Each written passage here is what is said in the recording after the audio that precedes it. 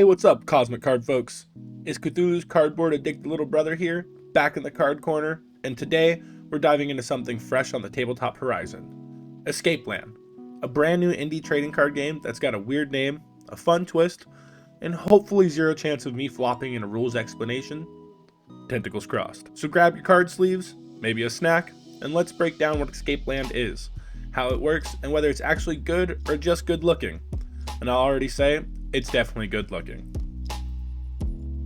Escape Land is made by Get Good Gaming LLC and illustrated by Jet Yates, a nostalgic love note to the creature battlers of the 90s. But here's the twist. Instead of the usual beat your opponent's life to zero or monster smash motif, the game flips the script. You're a guardian tasked to rescue trapped monsters and help them escape back into the wild. Here's the quick digest. You have critters you play, you earn points, and you free monsters. There's not a traditional mana system. Instead, the game opts for an action point system to create a more consistent play loop, and an interesting catch-up mechanic baked into the monster cards. Alright, mechanics time, but don't panic, I've got you. Let's start with the card types, as you only have two. Well, technically three, but critter cards. These are your main source of gaining escape points or EP. We'll go over these more later. You have basic critter cards that you summon with your AP, which is printed in the top left-hand corner next to the critter name. Critters have powerful abilities that you can use by exhausting them, the classic 90-degree rotation. However, you cannot use exhausted critters for linking or to gain EP for the round. Linking? Yes, linking. Linking is how you summon your other critter type, legendaries. This works a lot like Yu-Gi-Oh's XZ's summoning. Legends have conditions that have to be met, like using specific critter types or totaling a specific amount of EP between the linking critters. Then, you physically place the linked cards underneath the legend, and any buffs applied to the linked critters now apply to the legendary critters. Legendaries also come with strong effects while also helping you free up some space on your field. Monster cards. These are the cards that are rescued with your escape points. Monsters start out trapped, face down, in the monster zone. When you reach 20 escape points, you get to free one of your opponent's trapped monsters by flipping them face up. They are now considered rescued. Monsters come with powerful game-changing abilities that triggered once rescued. These serve as a really interesting catch-up mechanic that feels good and keeps the game flowing. Now let's move on to deck construction. In the standard format, you build a deck of 40 critters at a max of 3 copies per critter, and a monster deck of 4 monsters you're trying to free. Your deck may only have up to 2 critter traits in it, and those traits must match the symbols on at least one of your chosen monsters. Simple and easy. Setting up. Players will choose who go first by any randomized means they choose. Then, you'll show your 4 chosen monsters and shuffle them together and randomly remove one of them from the game. The remaining monsters go into each player's monster zone face down in a random order. When all the monsters are placed, each player will shuffle their deck and draw a starting hand of 4. If a player has no basic critter in hand, they must reveal that hand, shuffle it back, then draw a new hand of 4.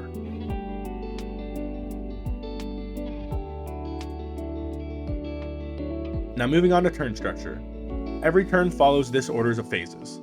The recovery phase, where players will ready their exhausted cards and move on to the next phase, the action phase.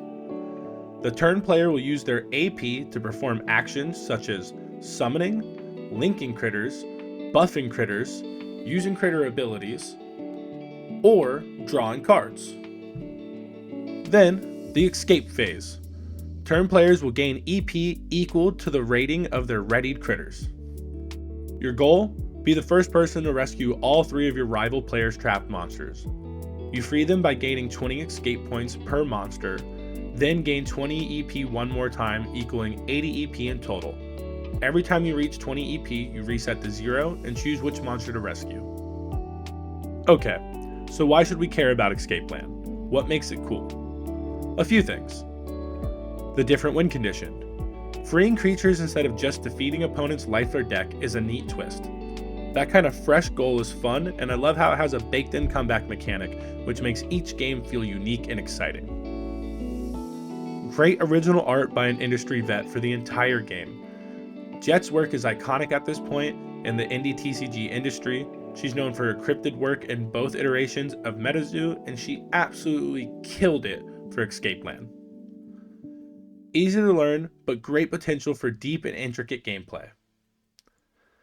The action point system instead of a mana system feels great, as there's mana systems everywhere in TCGs, and the AP system allows for a more consistent and faster pacing resource system. There's a prototype and early version available. That's their Quick Escape prototype decks already listed on the Game Crafter, so you can mess around with it early if you want physical stuff. I'll have links to that in the description.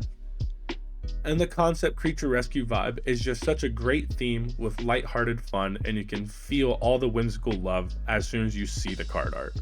And it's going to be a great option for players who are tired of the same old kill opponent loops.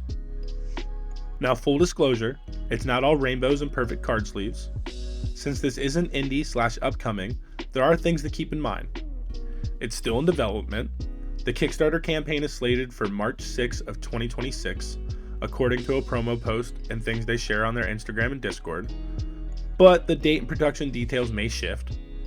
Because it's new, we don't yet have a bigger player base or tournament scene, so if you like highly refined, battle-tested metagames, think the big names, this might feel a bit beta. The balance and depth are unproven.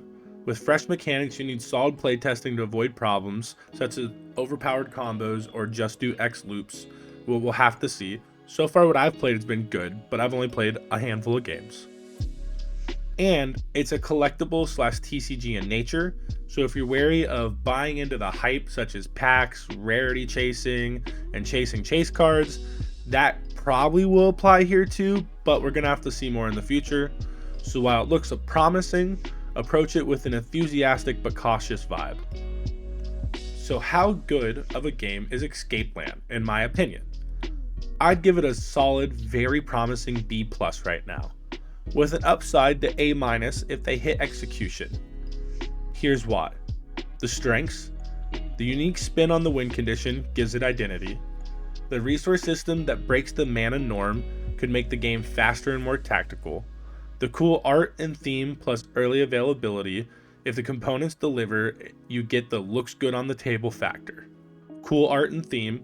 I love the theme and the aspect and the thought and the idea of freeing and rescuing monsters and creatures and using your critters to help you do that instead of just a normal critter battler, because you can KO your opponent's critters, but it's not a focused on effect in the game.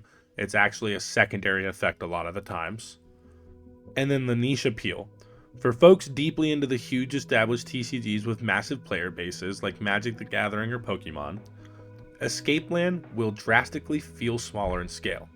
Bottom line, if you're into trying fresh tabletop TCGs, unsaturated scenes, and want something different from the attack till one is dead norm, this is definitely worth keeping an eye on. If you're after the biggest tournament circus or legacy meta, maybe wait and see. Oh, and my final fun line, if your goal in a TCG is, I want to rescue monsters while sipping coffee and saying, how cute is this? This game might just let you do that. And yes, I will rescue monsters, especially the squid kind. Thank you very much.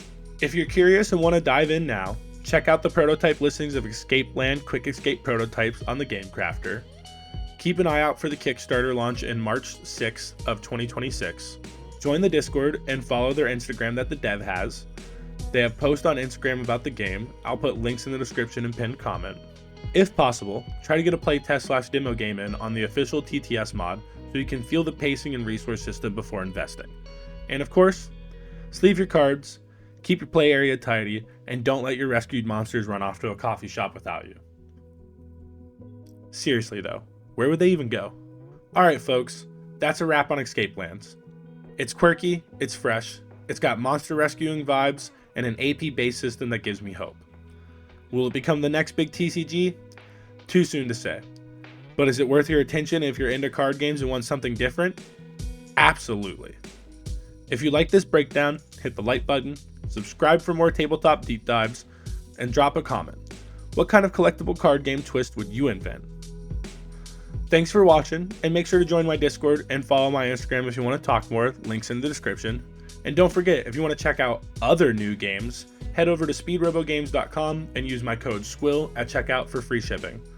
Hope you all have a great day, great month, great week. I'll see you later.